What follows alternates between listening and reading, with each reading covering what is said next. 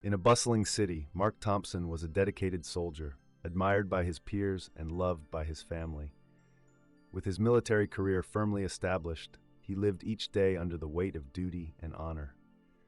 He spent his mornings honing his skills at the base, evenings sharing laughter with his comrades at the local pub, and weekends connecting with his wife, Emma, and their 2 children. Family gatherings were filled with cherished memories, balanced by the underlying tension of his dangerous job. Mark held what many would consider a typical soldier's worldview, steeped in patriotism, but tinged with a growing sense of disillusionment about the realities of war. He often grappled with fleeting doubts about his purpose. Was it just to fight and then be forgotten? His nights were frequently disturbed by the memories of the fallen and the chaos that gripped battlefields. Yet he buried those thoughts under layers of bravado and commitment. Friends praised him for his bravery, and he embraced the role of protector with pride. Nevertheless, beneath the surface, Mark felt an emotional turmoil that he struggled to articulate, not just to himself, but to those he loved most. Then, one fateful day, everything would change. In the wake of a harrowing near-death experience, Mark would find himself thrust into an unimaginable spiritual journey that challenged everything he once believed and ultimately brought him face to face with profound truths about life, death, and the spirit beyond the battlefield. Before diving into this eye-opening testimony, make sure to subscribe to our channel, like this video, and comment below where you're from. I'm Mark Thompson, and I want to share a story that transformed my understanding of life and death. It all began on a day like any other. I was deployed on a mission that felt routine, the kind we do without second thought. As I moved through the dusty streets, the familiar tension of anticipation hung in the air. Then, without warning, a loud explosion shattered the calm. Everything went black. In that dark void, I felt a strange sense of peace wash over me. It was as if I were drifting in a vast ocean, free from the weight of my worries and fears. Voices floated around me, whispering truths I couldn't yet comprehend. Amidst the haze, I saw flashes of light, visions of my life played out before me. I witnessed battles fought and friends lost, the faces of those who had fallen beside me. Was this what happened to soldiers who perished in war? My mind raced, grappling with this realization. I felt a pull as if something or someone was guiding me towards an unfathomable truth. Yet, as I stood at the edge of this new realm, fear crept in. What would this mean for my life? What belief systems would crumble if I accepted what lay beyond life as I knew it? I hesitated, suspended between a reality I had always known and a glimpse of something infinitely larger than me. The chaos of emotions left me breathless. I feared abandoning the only sense of identity I had ever embraced, a fearless soldier, a protector. Suddenly, I was jolted back to consciousness, gasping for air. The medics were around me, faces etched with concern. "You're safe, Mark," one of them said, but the words echoed hollowly in my ears. How could I feel safe after what I had experienced? Questions gripped me relentlessly. In the days that followed, I struggled to make sense of my near-death experience. The insights I had gained felt foreign, almost like an alien truth I was terrified to face. As I returned to everyday life, memories of the battlefield began to weigh heavily on me. I had watched friends die, and the guilt of surviving settled in my heart like a heavy stone. Was I meant to be here still, alive when they were not? I began talking to Emma about my experience, but part of me hesitated. Would she understand? Would she see me as a changed man, or as a soldier trembling before frightening truths? "Mark, you're home now. You need to let go," Emma would say, her voice filled with worry. Yet I found myself retreating deeper into silence, afraid my newfound understanding would shatter her world, just as it disrupted mine. I desperately wanted to make her proud and to continue being the man she loved, but how could I ignore the whispers of a truth I could no longer escape? In those moments of deep introspection, my faith began to flicker. The values I had upheld were now being tested. I had always considered myself a believer, but watching death up close had forced me to reconsider what it meant to have faith. I wondered if God understood the suffering of soldiers, the horror of war, and the unexplainable pain of loss. I began asking questions, yet I felt disconnected from my community, and even from friends who had not witnessed the same turmoil. It was clear my spiritual awakening was leading me down paths I had never considered before. Each conversation I engaged in seemed to conjure new layers of conflict, as old beliefs clashed with fresh revelations. Little did I know, I was on a journey that would redefine my entire existence, compelling me to confront not only my past, but also the heavy burden of what it meant to believe in something greater than myself. The first major twist in my journey came unexpectedly, during a quiet evening at home. Scraped knees and mischievous giggles filled the air as my children played nearby. I watched them, wrestling with emotions that felt too big for me to contain. Then, as if completely out of the blue, my phone rang. The caller ID illuminated the screen. A name I hadn't expected. John, my battle buddy who had been injured but survived. When I answered, I could hear the tremor in his voice. "Mark, I need to talk. It's about the day of the blast." My heart sank, and a shiver ran down my spine. We hadn't spoken since that day, and with every shred of hesitation, I sensed that our conversation would unearth memories better left buried. Sitting on the edge of my bed, I braced myself for the conversation. John began recounting his own near-death experience, the moments that played out in similar fashion to mine. He described how he, too, felt liberated in that dark space, realizing in stark clarity the very meaning of life and death. A divine light had enveloped him, revealing glimpses of loved ones and the compelling urge to embrace life beyond the confines of fear. "But there's something else, Mark," John continued. "When I came back, everything changed for me. Faith became a lifeline, but nothing felt the same any longer. Can we really go back to who we were?" His words resonated deep within me. I reflected on my own experience and acknowledged the growing realization that perhaps we were not meant to return to our previous selves. In this moment, I felt a strange solidarity with John. The questions flooded back, but now they held an urgency that was impossible to ignore. After our conversation, an overwhelming sense of isolation consumed me. I had begun to drift away from my friends, unable to share the weight of my new beliefs. Emma offered comfort, but our discussions felt superficial, as she couldn't possibly grasp the tumult I was experiencing. Even the support from my comrades started to feel inadequate, and any contact with them stung with reminders of the past I was trying to escape. The revelation pushed me toward a crossroads. Should I embrace my new understanding of God and the afterlife, or should I cling to my old beliefs that had served as my emotional armor? I found myself drawn to a local church, tempted to seek solace though nervous about what I might discover. One afternoon I walked through its open doors, heart racing. Inside, the congregation was alive with energy, voices rising in song and prayer. It struck me as sacred, a space where brokenness and healing coexisted. I listened intently to the pastor speak, his words echoing my own inner struggles. He shared the story of a man, much like me, who had seen death and emerged transformed, spreading hope to those who felt lost. As I left the church, the atmosphere was heavier, yet somehow lighter, as if a weight was being lifted with each step I took. I began to confide in a few close friends about my experiences and revelations. Some were supportive, while others thought I was losing my mind. "You're a soldier, Mark," they'd say, almost dismissively. "You've just been through a lot." Their words deepened my internal battle. How could they not see the truth I had witnessed? My convictions seemed to widen the gap between us. I felt the burning desire to share what I had encountered, to help others understand. But as the nights turned darker, those same feelings of doubt and guilt plagued my thoughts. Would my friends, family, and community ever accept this new version of me, or would I forever remain an outcast in my own life? Confronting my fears consumed me.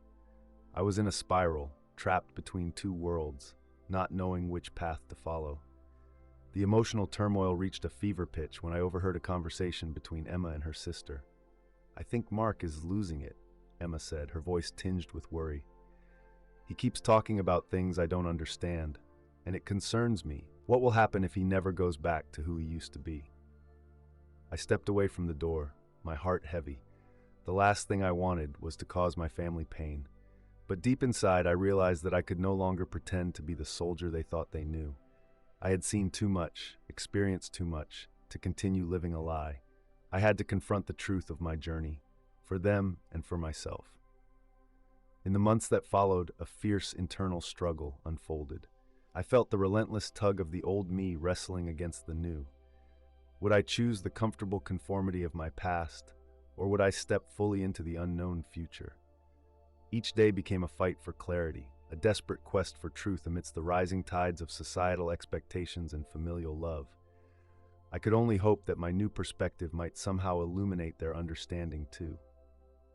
As I moved deeper into my spiritual journey, the tension between my old self and the emerging me intensified. I faced moments that tested my strength, and the weight of uncertainty grew heavier each day. I felt the profound responsibility to figure out who I was now and who I aspired to become. I began to document my thoughts in a journal, pouring out the conflicting emotions that swirled within me and wrestling with deeper existential questions. What did it truly mean to live with purpose? What was my role as a soldier in this new revelation? One evening, as I sat in quiet contemplation, I received a message from John. It read, "I had a dream about our time together. I saw a vision of us leading others who had lost their way." I was taken aback. Our shared experiences seemed almost prophetic. Perhaps we were called to something greater than simply our identities as soldiers. We had glimpsed the frailty of life and the strength of faith, and that could have the power to inspire others. But how? I was animated by the possibility, and the idea took root. We should host a support group for veterans struggling with the emotional scars of war. Encouraged by John's enthusiasm, we began organizing meetings, inviting fellow soldiers to share their experiences in a safe space. I was both terrified and excited. This venture meant confronting my own struggles head-on, but the thought of giving hope to others propelled me forward. Our first meeting was electric. Faces formerly filled with anger and despair now reflected curiosity, skepticism, and hope. Each story unfolded in raw honesty as men and women spoke of trauma and loss, of sleepless nights haunted by memories. As I shared my near-death experience, I felt the weight of my journey transform into a beacon of hope. I spoke of the love I had felt, the light I had witnessed, and the connections to God that defied explanation. However, just as I thought we were making progress, I encountered resistance from some veterans. "You think you've got it all figured out, Mark," one remarked bitterly. "Just because you had a vision doesn't mean you're any better or worse than the rest of us." His challenge cut deeper than I expected. Was I trying to appear superior? I had to delve into my motivations and ensure that my intentions remained pure, rooted in love and not arrogance. Yet despite the resistance, others began to embrace our group, sharing their own experiences of grief, guilt, and the search for meaning. Slowly, the atmosphere transformed from one of skepticism to an emerging sense of community. We began to bond, the camaraderie formed in the trenches evolving into a support network where healing could find root. But my internal battle was far from over. During one meeting, I noticed a text from Emma pop up on my phone. "You're spending too much time in that group. You need to focus on us, our family." I could feel a swirl of emotions, guilt, frustration, and love battling within. My heart ached for her concern, yet I felt a simmering urgency to continue on this path. Could I truly balance my commitment to this newfound purpose while honoring my responsibilities as a husband and father? I spoke to John during a break, sharing my fears of alienating my family. "Mark," he said, resting his hand on my shoulder, "you're not abandoning them. You're potentially paving a new path for them to understand you and for them to see the healing you're bringing to yourself and others." His words resonated, sparking a glimmer of hope within me. Perhaps integrating my past with my present was not just possible but essential. As the support group flourished, I realized it was not merely about sharing our stories. It was about breaking down walls and creating connections. Slowly, I invited Emma and the kids to join us for a special session. The day of that meeting, my heart raced. Would they understand this side of me that felt so at odds with the soldier they had known? When Emma walked through the door with our children, I was struck by the courage she showed. Inspired by love, she was willing to step into the world I had created. The evening unfolded beautifully, with guards lowered and stories shared. Tears flowed, laughter erupted, and I could see a new understanding dawning in Emma's eyes. But as the meeting ended and we left for home, I found myself confronted by revelations of my own. The struggles weren't solely mine, they were communal. For the first time, I began to grasp the intricate dance between my past, present, and the impact of my faith on my family, friends, and community. In the following weeks, tensions rose as some in the community criticized the support group. "Mark's gone soft," whispered the gossip behind closed doors.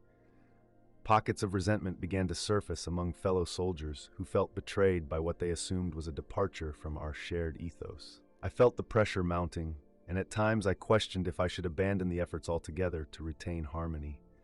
But every time doubt crept in, I would remember the quiet power of those testimonies shared in our gatherings, the strength in vulnerability, the glimmers of hope igniting in the darkest moments. I realized that I was responding to a calling, navigating the crossroads of faith and fear, and I had to forge ahead for the sake of those who sought connection and understanding. As more people came to our meetings, the fabric of our community expanded. Stories interwove, and magic began to happen. Words of healing took root, believing in hope and restoration. But lurking on the horizon was a greater challenge that would demand my utmost strength. As the support group continued to grow, the profound realization dawned on me. It was time to reach deeper, to embrace not just my own suffering, but the collective experience of my fellow veterans. I made a life-altering choice to go all in, to become a voice for the voiceless, to devote my efforts to establishing this movement beyond our local gathering. I would write, I would share, I would actively engage in spreading the message of hope that I once doubted could exist. It was time to confront rejection, ridicule, don the armor of courage, and embrace vulnerability as my new strength. And so began the intricate dance of confrontations, choices, and decisions that would drive my journey toward its climax. I prepared to face the harsh criticisms of my former peers and uncertain family members, ready to embrace whatever came with unwavering faith in the knowledge that I couldn't turn back now. I had gazed into the abyss, and while it was frightening, it was also filled with light. I knew I was destined to share that light, even if the path ahead felt shrouded in darkness. As I dove deeper into this transformative journey, the encounters began escalating, each one challenging the core of my newfound beliefs. I faced some harsh confrontations that caused me to question whether I was truly equipped to undertake such a monumental task. One evening, after a meeting, I received a call from an old platoon mate, Jake. The timbre of his voice pulled at my heart, but the tension in the air was palpable. "Mark, I need to know, what the hell have you been up to? Everyone's saying you're preaching nonsense in that support group," he snapped, the frustration evident. "You think you can just change everything you are? You think this is easy for the rest of us? We're soldiers. We tough it out." His words felt like bullets aimed straight at my heart. I had known Jake for years, and we had shared both triumphs and losses on the battlefield. "Jake, I'm trying to help. The pain we carry isn't meant to be shouldered alone. We need to talk about what we've experienced, what we've seen," I responded, my voice steady despite the turmoil within. Yet, I couldn't shake the notion that my vulnerability might make me a target. "What you're doing is weak, Mark. You're forgetting where we come from. We don't share our pain, we bury it," he retorted, and I felt the chasm between my old life and this new journey deepen. That was the moment I faced the truth. The path ahead would not simply spark discussions. It would demand courage to confront not only external opposition, but also my internal fears about alienation and rejection from those I once called brothers. I stood at a crossroads, questioning my role in this new narrative. As tensions escalated, I chose to double down on my mission. I organized a community event in the park, a gathering I hoped would unite veterans and their families, allowing them to share their stories without fear of judgment. The event was designed not just as a platform for healing, but as a call for solidarity among those who had walked similar paths, the perfect opportunity to bridge the gap between warriors and allow for transformation. Anxiety fluttered in my stomach as the event approached, knowing the skepticism that loomed over me. I prepared my speech, determined to speak from the authentic place I discovered within. "This isn't about weakness," I planned to proclaim. "It's about acknowledging our experiences and healing together. It's about hope and faith that can guide us toward a brighter future." On the day of the event, my heart beat in rhythm with the pounding bass of anxiety. Many familiar faces from my past showed up, some supportive, and others with quiet contempt clinging to their expressions. When I stepped onto the makeshift stage, the crowd fell silent. I looked out at the sea of faces and began to share my journey, the experiences of vulnerability, the pivotal realizations that had changed my life, and how embracing community had empowered me to stride forward. As I spoke, I saw nods of understanding, but Jake shook his head from the crowd, arms crossed, eyes narrowed. Yet I pressed on, pouring out my truth, and something beautiful unfolded. Slowly, others began to share their stories, struggles, losses, triumphs, and feelings of isolation. The atmosphere shifted, and the weight of burdens began to lighten. I recalled specific moments of laughter among fallen comrades, of long nights gone by, and of the haunting cries of battle. I witnessed a glimmer of hope in people's eyes, a connection sparkling in the air that transcended the chasm of misunderstanding. Then came the call for questions, a moment I anticipated with both eager excitement and fear. I could feel my palms sweat as hands rose among the crowd. Calls of support mingled with harsh criticisms, and I was met with the raw honesty of shared pain. "Mark, what if your views fracture our identity? You were our soldier. Aren't we supposed to stay tough?" The voice belonged to a veteran I had fought alongside, and it brought the room to a hush. "Staying tough doesn't mean suppressing our feelings. It means finding strength in vulnerability," I replied, deeper conviction anchoring my voice. "This path isn't just about me. It's about all of us. It's about lifting each other when we feel broken." The air crackled with emotional energy. More voices joined in, expressing fears about acceptance and understanding. The deeper conversations flowed, and for the first time I sensed barriers between us begin to dissolve. But just as I thought we were heading toward unity, the clouds rolled in. "You're a quitter, Mark. You're washing away everything we've fought for. What's next? Are you going to tell us we should embrace our enemies?" Jake shouted, stepping into the forefront of the tension. The confrontation was fierce, and it ignited a firestorm of emotions among our peers. The room vibrated with disagreement, and I felt the weight of their intuitions even as I struggled to keep my footing. In that moment, I realized I was being challenged to become the very embodiment of the strength I preached. "No, Jake," I responded, finding my voice amid the chaos. "It's about embracing empathy and understanding, not weakness. We all want healing, but healing doesn't come from pretending the pain doesn't exist." A smattering of applause erupted from behind me, igniting a flicker of hope within the turbulence. It wasn't just applause. It was an acknowledgement that some might be beginning to understand what I was passionate about, even if they weren't wholly on board yet. As the event continued, I resolved to redirect the conversation. Let's not focus on division. Let's understand that we've all suffered in different ways. That's why we're here, to help each other heal.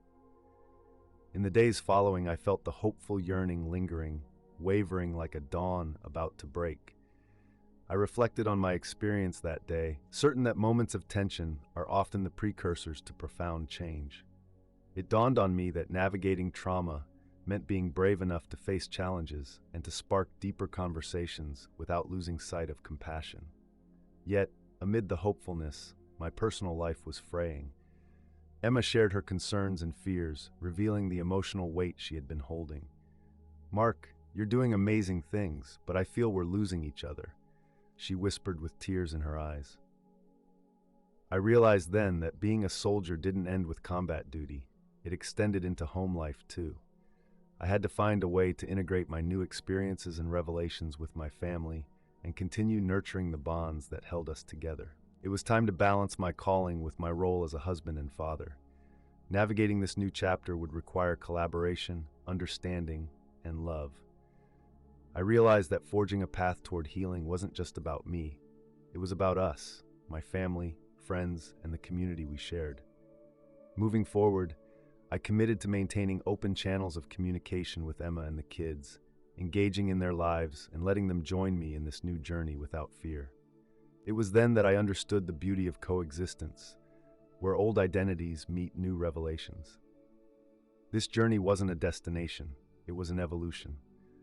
I saw glimmers of hope and healing spiraling toward the horizon, And as I embraced the potential for reconciliation, both with myself and my loved ones, I was ready to confront whatever lay ahead.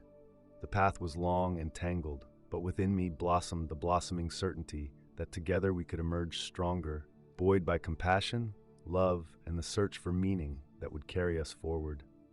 As the weeks rolled on, I felt an urgency to continue forging connections, both within the community and amongst my family.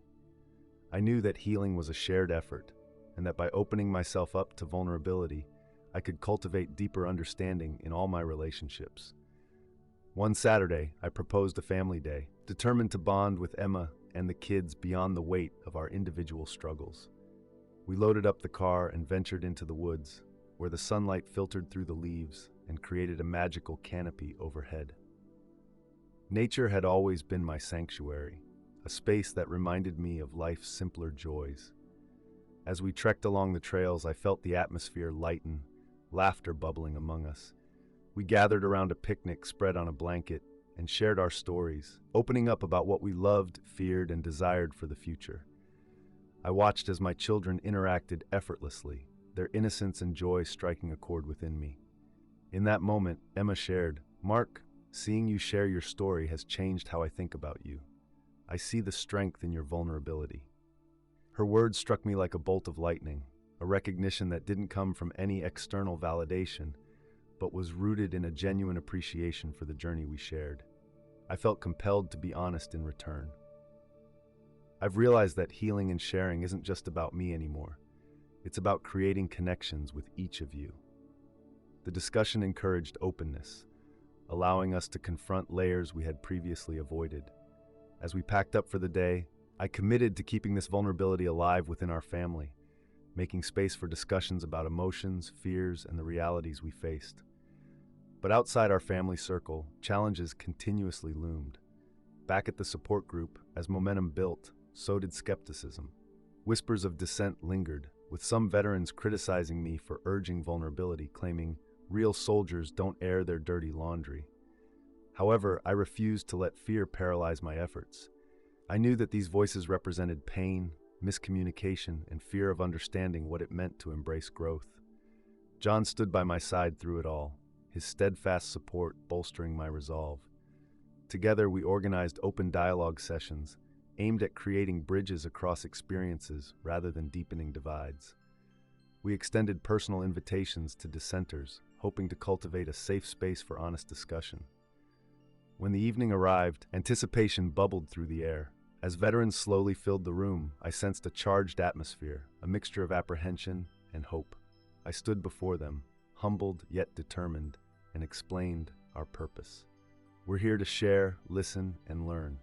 This is a space for all of us, whether you're on board with vulnerability or still struggling with it. The room sat in silence, and after several moments, objections began to surge. Questions, concerns, doubts. One after another, men and women expressed their discomfort. I realized that this cacophony of emotions stemmed from an inability to reconcile multiple realities, those shattered by war and those yearning for clarity. "Maybe you're right," I said, addressing Jake directly across the circle, who couldn't keep silence. "I can't change your mind overnight, and I don't expect that. I'm only asking for you to extend grace to those of us who are trying to heal." I shared glimpses of my own emotional battles and the fears that gnawed at me each day, unearthing a side of me that had long been hidden. Then, miraculously, a soft voice piped up from the corner. A woman named Sarah, a veteran who had endured her trauma in silence, spoke candidly. "It's not just that we're afraid of sharing. It's the fear of being exposed, of feeling weak. I see that now." Sarah's candor ignited a wave of openness. One by one, others shared their struggles, the configuration of scars too deep to ignore. Light began to break in the darkness, revealing truths that had previously festered in isolation. Later in that session, I witnessed an indescribable alchemy take place. To see hearts soften, perspectives shift, and connections spontaneously emerge among veterans previously fractured by pain. My heart swelled with gratitude and awe as barriers melted away, replaced by profound empathy. But even amid breakthroughs, the road ahead remained challenging. I knew I wouldn't win everyone over immediately, especially those still clutching their beliefs that toughness meant silence. There were moments when I felt as though I was barely inching forward, nudges in the right direction smothered by underlying sentiments of opposition. Yet in spite of resistance, one significant change lingered in my heart. My previous need for acceptance, or confirmation of my worth, shattered, giving way to a resolute commitment to vision. My perspective shifted. I simply had to embody the change I sought to inspire. Whatever others believed wouldn't dictate my path. I would continue nurturing awareness, compassion, and resilience. One evening after a particularly raw session, I received a message that left me stunned. It came from Jake. "I don't know if I can agree with your methods yet, but I think I understand you better now. I've been reading about trauma and healing. Maybe there's merit to what you're doing." Hope ignited in my heart. Perhaps the seeds of change I had sown would take root, and while it may be a long journey, I recognized that slowly building understanding was indeed our way forward. In the months that followed, I committed to maintaining momentum for both my family and community. It became increasingly apparent that I must not only seek healing for myself, but simultaneously advocate for the deep-rooted transformation that all of us sought. As our group continued to grow, we began collaborating with local organizations dedicated to mental health awareness and veteran support. We conducted workshops and awareness campaigns centered around healing through vulnerability, bringing resources to our peers in a destigmatized environment that welcomed recovery. Through our efforts, we found empathetic avenues to bring stories to the forefront, inviting the community to witness the lives affected by trauma, even inviting families to attend. It was a movement intertwined with purpose, enlivened by hope, and propelled by the shared experiences that shaped our lives. But even as the movement blossomed, I felt the familiar twinge of doubt, the fear of reverting to actions rooted in pretenses as societal pressures mounted. I held my breath, conscious of the stakes, but I also clung to a profound realization. Embracing vulnerability doesn't mean surrendering strength. Instead, it creates bonds that fortify the connection we share amidst scars. The moment had come, a chance to bring our story directly to the public. We organized a community event focused on open dialogue and healing that culminated in a presentation of experiences from those involved with our support group. This was our chance to extend a lifeline to others, to shed light on the struggles and triumphs we had faced. The day of the event emerged, and the air thrummed with anticipation. Families, friends, community leaders, and local media filled the space, eager to witness the unfolding of this shared narrative. John and I stood shoulder to shoulder, hearts beating in sync as we prepared to unveil our truth, the story of warriors, deep transformation, and the possibilities of recovery interwoven in love and shared authenticity. As the evening progressed, powerful stories emerged, wrapped in emotion and resilience. Individuals stood up to speak openly about their pain, losses, and journeys to healing. Before long, the room filled with an electrifying energy, a palpable mixture of vulnerability and strength that rippled among them all. In closing, I stepped forward, heart pounding, and found my voice rising naturally. We've navigated through darkness together, and we will continue to peel back the layers of despair. In embracing the challenges we face, let's honor our past yet forge forward into a future defined by understanding. The applause was thunderous, a symphony of acknowledgement that echoed through me, but even more than that, it spoke volumes about how far we, all of us, had come. Amidst the applause, I caught sight of Emma and the children in the crowd, their faces beaming with pride, and a warm hush enveloped my heart. In that moment, I felt a sense of emotional and spiritual peace wash over me. The turbulent path I had traveled had illuminated a clearer understanding, the power of vulnerability and connection, both for my family and the broader community. Respect for the past wouldn't sacrifice my value, rather it solidified my identity. Each new layer of gratitude was intertwined with hope, a hope that shot straight into the convergence of our lives.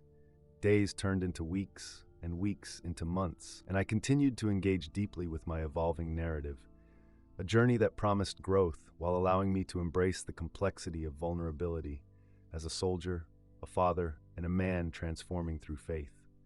I knew I would carry this realization, fully aware that the road remained an unfolding tapestry woven from both light and shadow. And despite enduring an uphill climb, I found comfort in knowing I wouldn't walk this journey alone.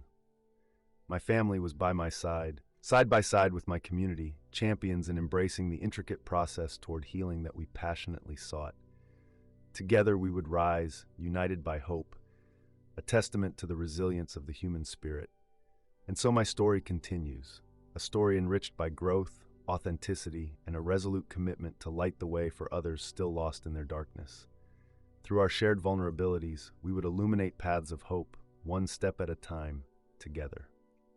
With the community event behind us, the aftermath buzzed with energy.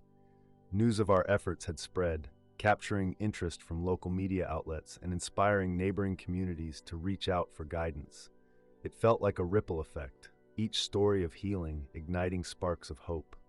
Our small support group transformed into a network of warriors seeking courage and vulnerability, and I felt a profound sense of purpose. However, with growth came new challenges. As our message broadened, so did skepticism. A prevailing narrative lingered that expressing feelings was a sign of weakness. The skepticism rattled me as I grappled with a newfound responsibility. I understood that to advocate for change, we needed tangible ways to draw hearts toward understanding. To combat the stigma, I organized workshops that centered not only on sharing personal experiences, but also on the tools for emotional resilience. We partnered with mental health professionals who articulated the psychological benefits of vulnerability and connection. I could see the room fill with veterans grappling with that uncomfortable truth, the fear of leaning into vulnerability while also understanding it as a pathway to healing. One evening, I found myself casually engaged in a discussion with a few veterans during a workshop. We were tackling the age-old question, isn't it better to just keep our pain to ourselves? A seasoned veteran named Dave, a former combat medic, started to share a story that struck me deeply. I thought that for years, he began, his voice steady. But I lost a close friend to PTSD because he was too afraid to talk. When we're silent, we risk losing ourselves. Vulnerability isn't weakness, it's courage. Dave's impassioned plea ignited a movement. It sparked fervent conversations that rolled into night, whereby many began to understand that each story shared was a powerful weapon against isolation and despair. The group began laughing, tears flowed, and the emotional armor they wore started to crack. For the first time, I witnessed a realization dawning, a collective understanding that we weren't solitary in our struggles. This moment was a breakthrough, but my soul wrestled with the knowledge that many warriors still held fast to their silence and defeat. In addition to these workshops, I made it a priority to encourage fathers and husbands among veterans to actively promote conversations about emotions at home. I wanted them to understand that facilitating the dialogue meant allowing vulnerability to breathe, breaking down barriers to foster connection. One Saturday afternoon, I arranged a poignant gathering, a family connection day, designed to draw together veterans along with their families. I envisioned it as a space where conversations intertwined, bridging the gap between warriors and their loved ones. We shared stories in circles, encouraging spouses to voice their struggles, fears, and frustrations, while also allowing veterans to express the burdens they carried. As Emma stood beside me, we orchestrated activities that prompted honest discussions reflecting our experiences and expectations as spouses and partners. My heart swelled with pride, watching her interact fluidly with others, effortlessly exuding warmth and reassurance.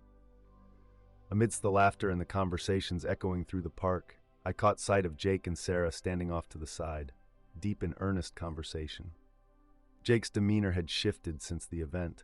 I noticed traces of newfound humility and openness. He exchanged thoughts with Sarah about their time in the service, while also bravely confronting their vulnerabilities.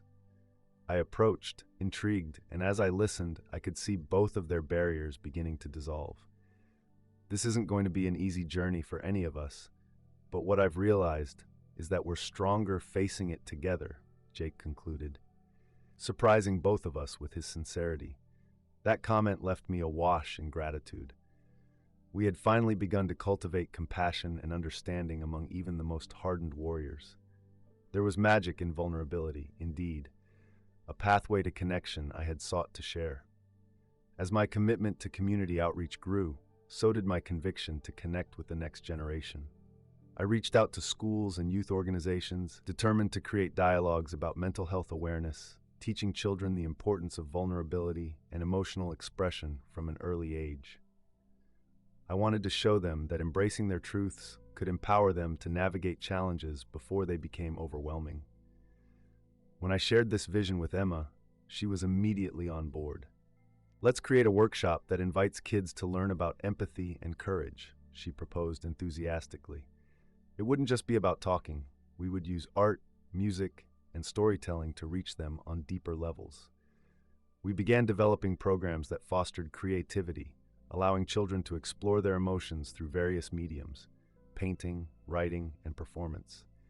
As we engaged with local schools, it was heartwarming to witness young faces light up with excitement and creativity, embracing these messages we were passionate about sharing. The conversations flourished, and the anecdotes of their challenges began shaping a younger generation better positioned to cope. Still, my journey was far from perfect. Periodically, doubt would creep back in. I faced difficult conversations with veterans still clinging to the old ways, the rigid notions of stoicism that had been instilled in them through years of military service. Some openly questioned my approach, fearing that leaning into vulnerability might erode the foundations of their identities. During these challenging moments, I returned to my own experience, a reminder of when I stood at that precipice between fear and faith. Each uncomfortable dialogue sparked pangs of doubt within me, but I reminded myself that I'd endured dark times and failed moments. It reinforced my belief that healing, while messy and fraught with challenges, is a journey worthy of pursuit.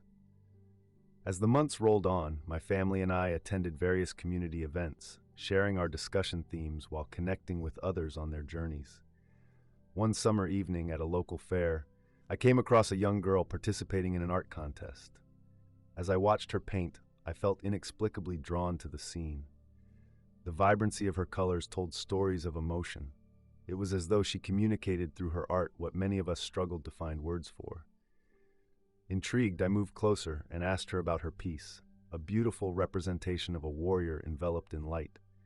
She told me it was inspired by her father, a veteran struggling with his own battles but finding healing in art. "He's a warrior, but he's also sad sometimes," she said. "I just want him to find joy again." Her innocent words struck a chord deep within. In those few moments, I realized that those simple exchanges and observations were the essence of our movement. It wasn't just about creating a support network. It was about embracing vulnerability as a gift, the light being let into the darkness. That summer became pivotal for us, weaving hope through artistic expression and community collaboration. As we continued our outreach efforts, there was a notable shift in local attitudes toward emotional expression. People were beginning to speak more readily about mental health and wellness, breaking open dialogues that had once been silenced. With every small conversation, each expression of hope shared, each story honored, new foundations were being formed in our lives and our community. Every moment reinforced the idea that healing isn't merely a solitary endeavor. It's a beautiful tapestry, interwoven with shared truths, empathetic hearts, and courageous voices. And so, in the warmth of those summer evenings, surrounded by the murmur of children's laughter and the flicker of hope kindling among us, I understood that our journey together was still unfolding. With each passing day, I committed to nurturing that connection, to extend grace and compassion within our community, knowing that each act of sharing would illuminate paths for others still lost in the darkness. As I stood there, watching the vibrant colors swirl on the canvas of that young girl's art, a sense of fulfillment washed over me, a coming together of all our stories, a concert of lives intertwined in resilience and love. I recalled how far I had come since that near-death experience, how it had transformed my beliefs and catalyzed a journey that reached far beyond myself. Through grace, vulnerability, and the courage to rise together, I saw our community undergoing a renaissance, a metamorphosis ready to embrace healing and hope hand in hand. The road ahead might still hold challenges, but I welcomed them with open arms, confident that together we could illuminate the path forward for generations to come, bolstered by the strength of our shared humanity. As autumn approached, the golden leaves began to blanket the ground, signaling not just a change in season, but a time of reflection. With our community initiatives blossoming and my family thriving, I recognized a deep yearning for continued growth, healing, and connection. I started to reflect on how far we had come since my near-death experience. This transformation was not just mine. It belonged to all those who dared to share their stories alongside me. One evening, as I sat at my desk, the glow of the lamp illuminating the words I typed, I felt compelled to document our journey formally. I envisioned writing a book, not just about my experiences, but to serve as a guide for veterans and their families navigating similar struggles. This would be a resource for embracing vulnerability, fostering understanding, and inspiring courage within the military community. I reached out to John and a few others from our support group, proposing a collaborative effort. We can each share our stories, layers of vulnerability, and the lessons we've learned, I suggested during a meeting. Together, our voices can create a comprehensive narrative that inspires others to embrace their journeys. The room filled with muted anticipation, but as we talked more, enthusiasm blossomed. Over the next few months, we poured our hearts into the pages, sharing intimate stories of our struggles, both as individuals and collective experiences that shaped our identities as veterans, spouses, and family members. Each chapter became a raw illumination of the human spirit, revealing how vulnerability was not a sign of weakness, but indeed a powerful tool for connection and healing. As we neared completion, I also delved into ways to further engage our local community. Inspired by the concept of healing through storytelling, I envisioned bringing our experiences to life through a series of community events centered on art, music, and spoken word. I partnered with local artists, musicians, and writers, asking them to create pieces inspired by our collected narratives. "Let's harness the power of creativity to inspire others," I said to Emma one evening. "We'll create an event that draws people together, allowing for expression and connection, and we can highlight the importance of emotive dialogue while celebrating our community's resilience." The Voices of Healing event took shape. It would be a festival where stories, creativity, and humanity intertwined. Artists began creating pieces based on the themes of vulnerability, loss, and hope, showcasing the emotion that had colored their own journeys. We invited veterans and community members alike to perform or present, welcoming all walks of life to share their stories through art. As the day of the festival approached, I was filled with both excitement and trepidation. I had witnessed the profound connections forged through shared truths, yet I understood that vulnerability often emerged from discomfort. Not everyone would find it easy to embrace openness, especially those still entrenched in silence. The festival day arrived, a bright sunny Saturday. The park thrummed with energy as people set up tents, lay out their art, and prepare their performances. I stood close to the stage, soaking in the sights. Families rushed to set up picnic blankets. Children giggled as they painted alongside local artists. As I prepared to give the opening remarks, I reminded myself of the purpose behind this day. The essence of healing hinged on conversation, connection, and understanding. I approached the microphone, my heart racing.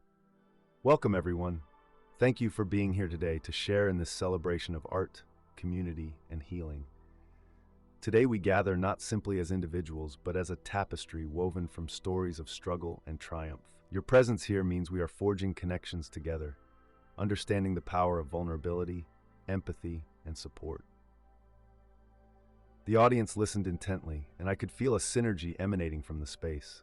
As performances unfolded, I witnessed the sheer strength of voices emerging from all corners, each telling a unique story yet resonating with a universal theme of healing and hope. There was a young woman who sang a hauntingly beautiful song inspired by her experiences with loss. A group of veterans took the stage together, sharing a powerful spoken word piece about their journeys toward vulnerability and recovery. Each act bore witness to the transformative power of sharing one's truth, of rising from the ashes of adversity.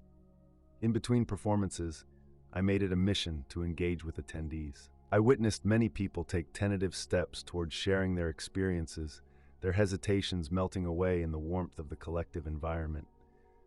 I could see the change blossoming, hearts beginning to open as stories rang out into the crisp air. As the festival drew to a close, an overwhelming sense of fulfillment washed over me. What had begun as a personal journey had grown into something much larger, an invitation for countless others to embrace vulnerability with courage. I smiled as I watched Emma share laughs with fellow spouses, their conversations weaving connections that would extend beyond that one day. But amidst all the celebration, I was aware that this was only the beginning. As we began to share stories of healing through social media, conversations started cascading across the platform, creating threads of connection that transcended boundaries and ignited hope. More veterans began reaching out to us, expressing gratitude for creating a safe space to embrace their truths. Yet, as the seasons changed once again, I felt myself longing for deeper connections outside our established group. I wanted to build bridges beyond traditional boundaries, connecting with communities that were often marginalized. The thought crystallized in my heart. Our movement could amplify voices not just of veterans, but amplify every individual struggling with their own battles. I reached out to local organizations that supported marginalized communities and spoke about our mission. Let's create a collaboration, I suggested, to foster understanding and healing among different groups. Everyone has a story of resilience, and together we can empower them to share their truth. To my joy, community leaders embraced the idea. We pooled resources and organized an event where veterans would share their stories alongside community members who had faced their own adversities. Stories of struggle, recovery, and hope formed a vibrant fabric that celebrated diversity, empathy, and connection. As we ultimately bridged together our communities, I felt like a ripple in an ocean. Tiny at first, but the effects were undeniably impactful as each new voice emerged, intertwining the healing journey. Through it all, I returned to the most profound realization. Every step towards vulnerability became an act of profound courage, not just for myself, but for everyone involved. It was about recognizing the beauty in our diversity and transforming pain into purpose, and I stood ready to continue uplifting those still hidden in the shadows. Returning home one evening, I took a moment to reflect alongside Emma under the evening sky. "We've really created something profound," I said, noting the satisfaction that blossomed in my heart. "Absolutely," she replied, her voice rich with emotion. "But we must keep pushing forward. There are still so many stories waiting to be told." I nodded, acknowledging the work that remained. Our journey would continue, fueled by the calling to illuminate the paths for others.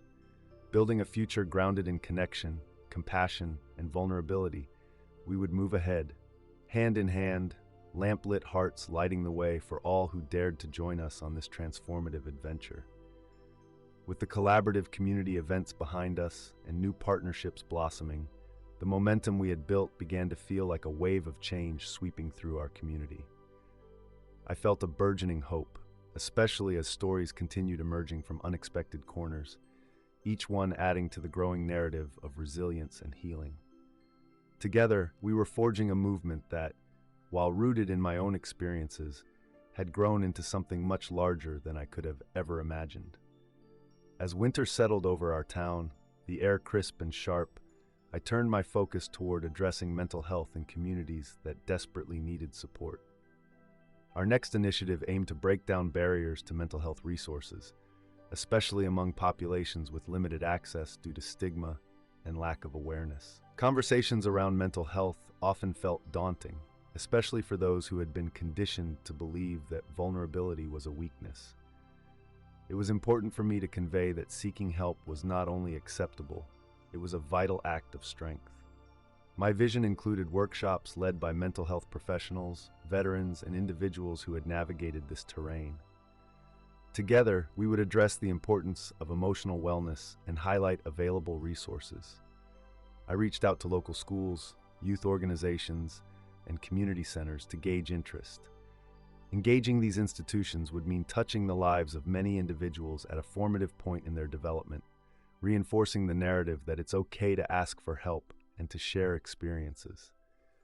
The response was heartwarming. Schools expressed excitement in collaborating to foster these dialogues, recognizing the importance of building an emotionally healthy foundation for students. Family workshops encouraged parents and guardians to participate alongside their children, providing a united front in combating stigma. As I met with school administrators, we discussed the integral role of educators in shaping attitudes toward mental health. Teachers can be the first line of defense, I explained passionately. Their ability to create a safe space for dialogue can have a lasting impact on students. I proposed training programs for educators, a chance to equip them with essential tools to recognize signs of emotional distress in their students and create initiatives within the classroom to normalize these discussions. With the groundwork laid, the first workshop began in the early months of the new year. The snow lightly blanketed the ground, creating a serene backdrop as families gathered in the school auditorium. The atmosphere buzzed with anticipation, children and parents mingling, exchanging stories in the spirit of curiosity and healing. As the workshop unfolded, I marveled at the collective engagement. Together, we explored topics like managing anxiety, coping with trauma, fostering empathy, and the power of storytelling. Guided discussions about mental health fostered a community environment where openness and vulnerability were met with understanding. When one parent shared their story about how mental health struggles affected their family, tears flowed freely and the atmosphere deepened with connection. As we explored these narratives, a significant portion of the attendees began to express themselves and their experiences, overcoming barriers that had once stifled their voices. But it wasn't without challenges. I faced pushback from parents who were unsure whether it was appropriate for younger children to engage with conversations surrounding mental health. Shouldn't they just be kids? One mother questioned, casting a wary glance toward the discussion forum. I paused, understanding the sentiment, but gently emphasizing the importance of equipping children with mental health literacy. It's not about overwhelming them with complexities. It's about teaching them that emotions are normal, that mental health is a part of life, just like physical health. We should aim to foster emotional resilience from an early age. The conversation eventually shifted, and more parents began to express their support, recognizing the necessity of addressing mental health proactively rather than reactively. As they listened, they slowly began to advocate for themselves and each other, championing the cause with an unexpected camaraderie. Within weeks, workshops blossomed into series dedicated to various topics, from mindfulness for stress relief to recognizing emotions. We ultimately began posting resources online, creating a forum where parents could access discussions, materials, and supportive communities from their homes. The ripple effect unveiled before us was remarkable, echoing through the broader community, connecting families and breaking long-held stigmas. As the seasons transitioned from winter to spring, I began reflecting on the profound transformations I'd witnessed. I received countless messages of gratitude from families whose lives had improved. The tears of openly shared struggles were met with healing kindness that forged relationships anew. I saw within them the hope and humanity that come alive when stories are offered without fear, a tide of love washing over hurt. Yet it was in the quiet moments, the evenings spent alone with Emma, that I wrestled deeply with doubt. Are we doing enough? I would ask, looking into her empathetic eyes. It felt like an endless tidal wave of opportunities and responsibilities could quickly feel overwhelming, while fear, the fear of inadequacy, lingered at the fringes of my mind. But Emma would remind me of the purpose, of witnessing transformations, witnessing connections forged through open hearts, and the ripple effects ignited at every gathering, every workshop, and every personal story shared. You're doing exactly what you were meant to do, she would say, grounding me in my purpose amidst uncertainty. As we moved closer to summer, the culminating event of all our efforts was approaching, the release of our collaborative book.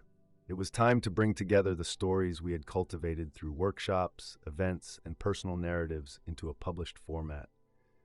Titled Voices of Courage, Healing Through Vulnerability, it encapsulated our journeys and aimed to serve as a resource, a testament, and a beacon of light for those still seeking their paths through darkness.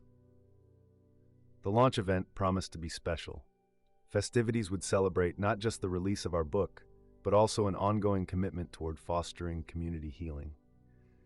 Artists would showcase pieces inspired by the narratives within its pages, and we plan to incorporate readings and discussions to engage others in its themes.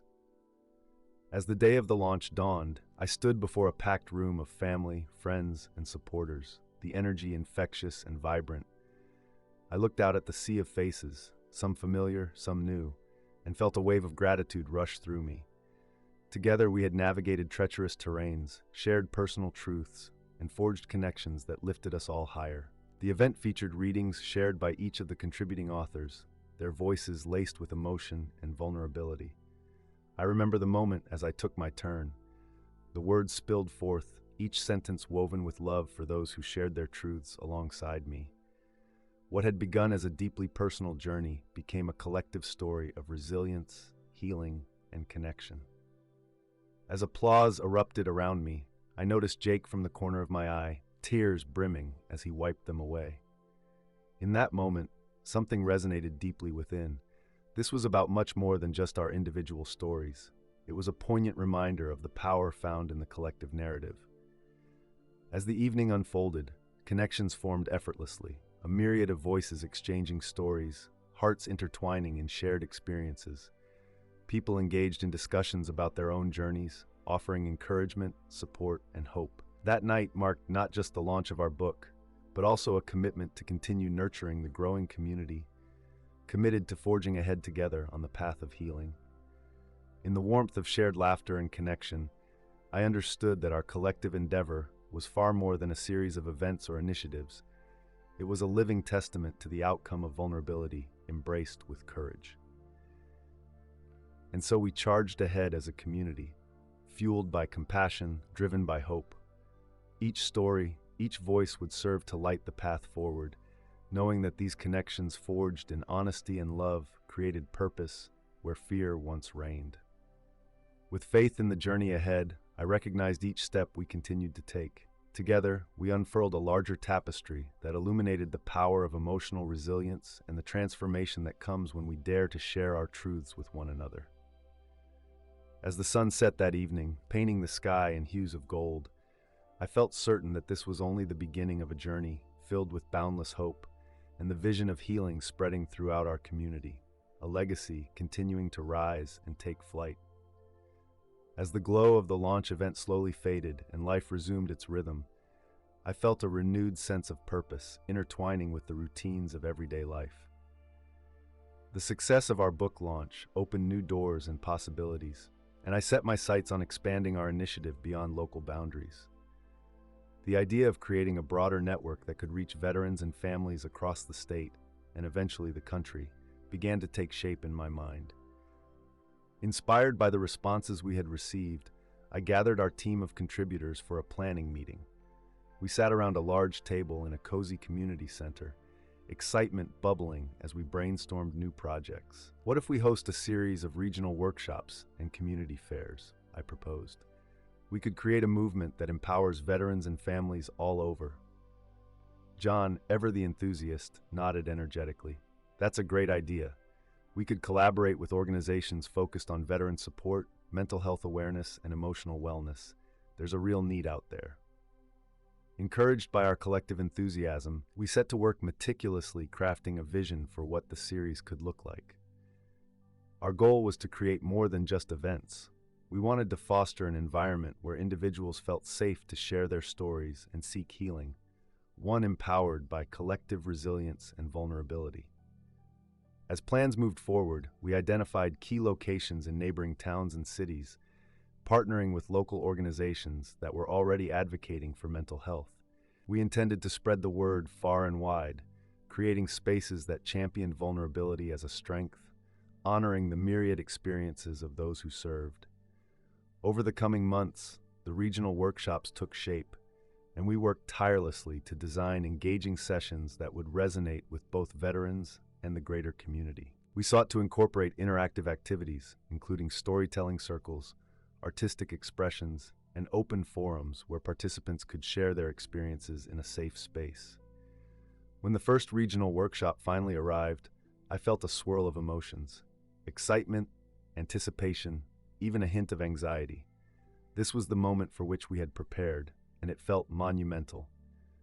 As I stood at the entrance of the community center in a neighboring city, I felt invigorated seeing individuals trickle in, forging connections, exchanging smiles, and reuniting with old friends.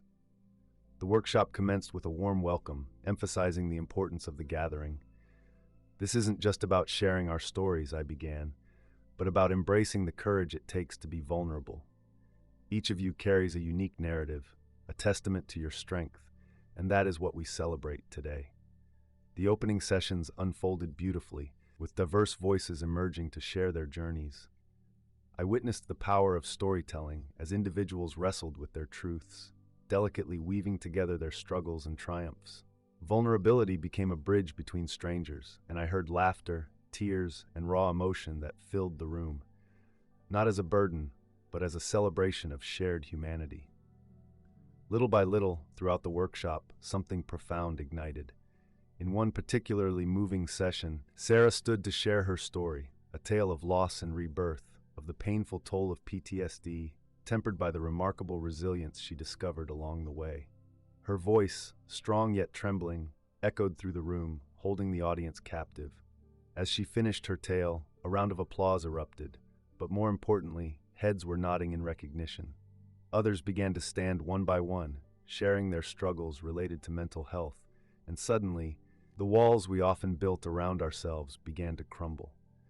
Amidst the outpouring of emotions, I saw newfound camaraderie form as individuals acknowledged their similarities and experiences. Friends were earned that day, connections were made, and a sense of community flourished amid the shared stories weaving through the air.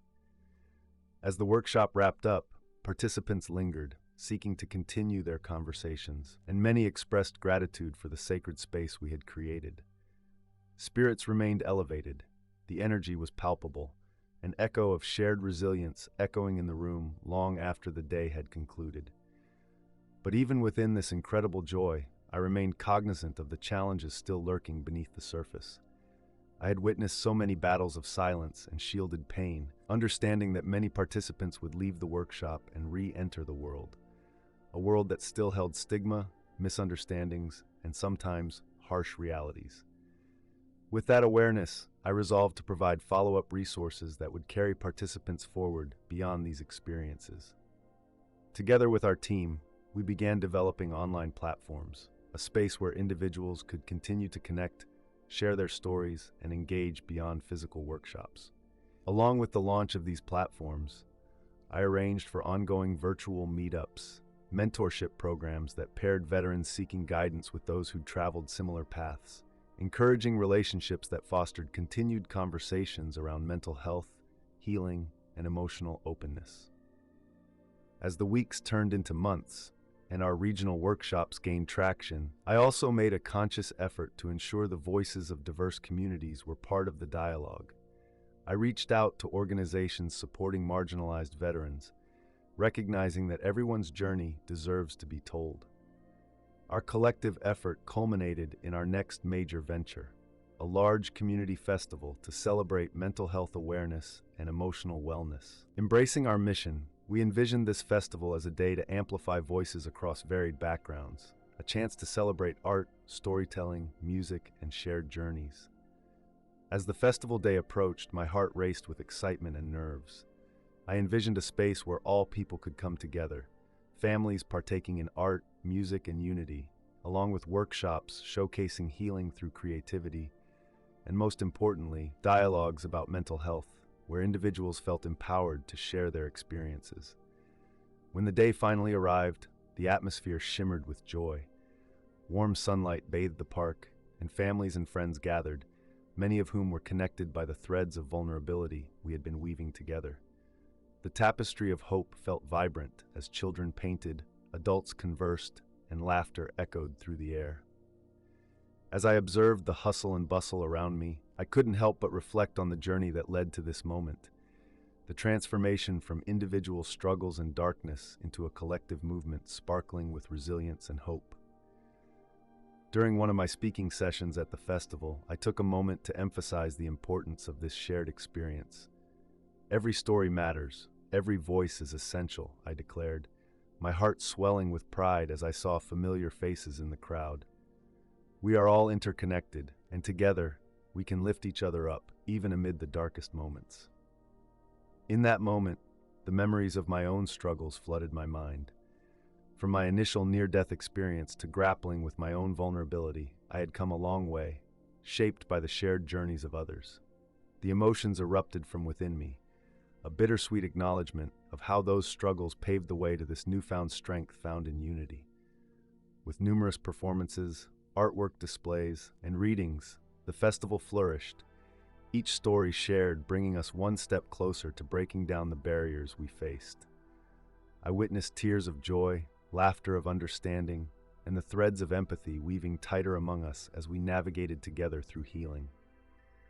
When the festival drew to a close, I stood on the stage once more, taking a moment to breathe in the enormity of what we had accomplished together. The outpouring of gratitude from friends, families, and fellow veterans brought me back to the present, a sign of progress and reconciliation. But amidst the celebration, I understood that our work was far from done. Every emotion shared, every voice uplifted, each journey honored, would create continued ripples of change. As the sun set on that beautiful day, casting hues of orange and pink across the sky, I felt a commitment stirring within me. I had embarked on a journey shaped by vulnerability, but now I carried within me the resolve to continue carrying the torch of hope forward, illuminating the ways toward healing and community for all. Fueled by the love surrounding me, I recognized that this journey was shared, woven together through our stories, strengthened by the relationships forged through openness. And as I embraced each person, each story, each experience that came my way, I knew we could illuminate the path ahead for others, a beacon guiding them through the darkness into the light of connection and healing. And together, we would rise. Together, we would continue to amplify our collective voice, fostering a legacy of compassion, proving that when we walk hand in hand through vulnerability, the possibilities for hope, healing, and transformation are limitless. As the sun dipped below the horizon, the festival began to wind down, and a sense of contentment settled in my heart. I strolled through the park, pausing to engage in conversations with those lingering, sharing laughs and exchanging stories. It felt surreal to connect with people whose lives had intersected with mine through this shared mission. Every exchange reinforced the power of our community and the importance of embracing emotional resilience. Yet, as the festivities concluded and the crowd began to ebb, a profound thought dawned on me. What if our journey didn't stop here? What if we could further expand our reach and make an even greater impact upon the world outside our own community? The idea sparked excitement within me, igniting a new sense of purpose. With the festival's success in mind, I gathered our core team to brainstorm ways to continue this momentum. What if we host a national conference? I suggested at our next meeting, my voice layered with enthusiasm. An event dedicated to mental health awareness, where veterans, families, and advocates come together to share their stories, resources, and insights. The eyes around the table lit up, and inspiration danced in the air. John chimed in. We could curate workshops, panels, and networking opportunities to facilitate collaboration on a grander scale. Imagine the connections we could foster. With our minds aligned and visions invigorated, we began to formulate a plan, designing an event that would unify individuals from various backgrounds and walks of life. We brainstormed potential themes, invited experts, and set out to create a conference that would resonate throughout the realm of mental wellness. Over the coming months, our vision came to life. Voices United, a national conference on healing through vulnerability, began to take shape. We reached out to established organizations dedicated to mental health advocacy, inviting them to partner with us in creating a platform of impactful resources and discussions. As we secured speakers and topics for the conference, anticipation grew. I could feel the ripple effects of our efforts resonating across the country as registration for the event began to fill. People opened up, eager to connect, share, and acknowledge their own journeys while uplifting others. When conference day finally arrived, I was struck by the diverse sea of faces filling the venue. As I stood at the front, I took a moment to absorb the significance of our gathering. This was a convergence, a coming together of warriors, caregivers, advocates, and community members united by a singular mission: to foster healing, resilience, and connection. The atmosphere buzzed with excitement as attendees exchanged stories, and stories traveled through the corridors like whispers of hope. From my vantage point, I saw veterans interacting with healthcare professionals, families exchanging insights, and individuals rallying to share resources. This tapestry of connections was woven from courage and vulnerability, every thread linking together in solidarity. As I opened the conference, my heart raced while addressing the gathering. Welcome to Voices United, a celebration of resilience and strength. Today, we honor the power of vulnerability, the courage within each story, and the shared humanity that binds us all together in this journey toward healing. Breakout sessions began, each designed to create a safe space to explore topics ranging from emotional wellness to coping strategies, with panelists sharing lived experiences and experts guiding the conversations. A spotlight glimmer of hope emerged as attendees began to open up, expressing their stories, their struggles, and their triumphs. One particular session invited veterans to share experiences surrounding reintegrating into civilian life after service. It was profound to witness as veterans embraced the vulnerability required to share their confessions, encouraging others to confront their own hidden challenges. But it wasn't limited to just veterans. Spouses and families stepped forward to speak about the complexities of communication and understanding, revealing the depths of empathy that developed when they wrestled with similar experiences. They explored how loved ones could support each other while navigating the rough terrain of mental health together. During one poignant moment, a father shared how he had struggled to understand his veteran son suffering from PTSD, explaining the barriers that had previously kept them apart. Listening to him express regret over missed opportunities to discuss mental health left many in the audience moved to tears. As he spoke, I felt a wave of empathy ripple through the room, an acknowledgement that the journey toward healing often involves not just the individual, but their loved ones too. It reinforced the powerful truth that vulnerability thrives amid shared understanding and compassion. The conversations flowed into tears, laughter, and collective healing, creating an atmosphere palpable with love. Amid the sessions, John and I led a collaborative panel focused on community initiatives, sharing insights about our journey. "We can create change through storytelling and collaboration," I said passionately. "The more we affirm our vulnerabilities, the more we invite others to do the same." That sentiment echoed throughout the conference, sparking discussions that fueled determination and encouragement. The interconnections blossomed and new friendships ignited as people exchanged contact information and promises to keep in touch. As the closing remarks approached, I felt an overwhelming sense of gratitude. Today has been about more than sharing stories. It's been about forging connections, creating a network of hope, and embracing our shared humanity, I reflected, my voice teeming with emotion. Together, we can champion mental health advocacy, lift up those still struggling, and advocate for a culture where everyone feels safe to share their truth. The applause that erupted was deafening, a celebration of the moment, the connections formed, and the courage demonstrated throughout the day. In the weeks that followed, I received messages from attendees reflecting on the conference with a renewed determination to foster conversations surrounding mental health in their communities. Some even reached out to share their stories, eager to further contribute to the narrative we were building collectively. Our conference had blossomed into more than just an event. It was an awakening, a catalyst for many to pursue their healing journeys while solidifying their roles as advocates within their communities. Emboldened by this energy, I realized that our narrative, one built on vulnerability and shared experiences, could continue to ripple outward like an ever-growing wave.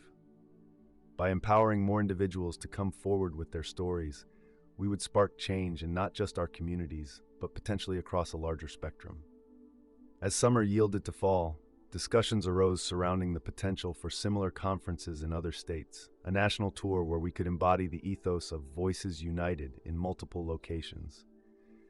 Each event would adapt, embracing local voices and stories while providing resources that echoed the same mission of compassion and healing. Planning this new venture took shape seamlessly as organizations across the country began buzzing with excitement. Our prior work laid the foundation for collaboration, and soon the dream of a national tour became a striking reality. With each new city, I knew we would cultivate shared spaces of vulnerability where individuals could emerge, share their truths, and inspire one another. We were building a movement of resilience fortified by community, a collective tapestry made richer by each voice. And so the journey continued. Each day brought fresh challenges and exhilarating opportunities. Infinitesimal moments that once felt insurmountable slowly unfolded into significant strides toward a collective future grounded in hope. As I stood with Emma on the balcony of our home one evening, I reflected on how far our journey had taken us. Amidst the ongoing challenges of advocating for emotional wellness, we had come to understand the transformative power of sharing our stories as a means to facilitate healing above all else. Together, we're building something truly special, Emma said with a smile, taking my hand in hers. The stories we've uplifted are only the beginning. And she was right. Together, we would continue to extend the hand of hope to those grasping for understanding, compassion, and connection, a reminder that we don't have to face our challenges alone. As I looked out over our community, I felt the warmth of those emerging stories and the promise of every voice who dared to take a step forward into the warmth of vulnerability.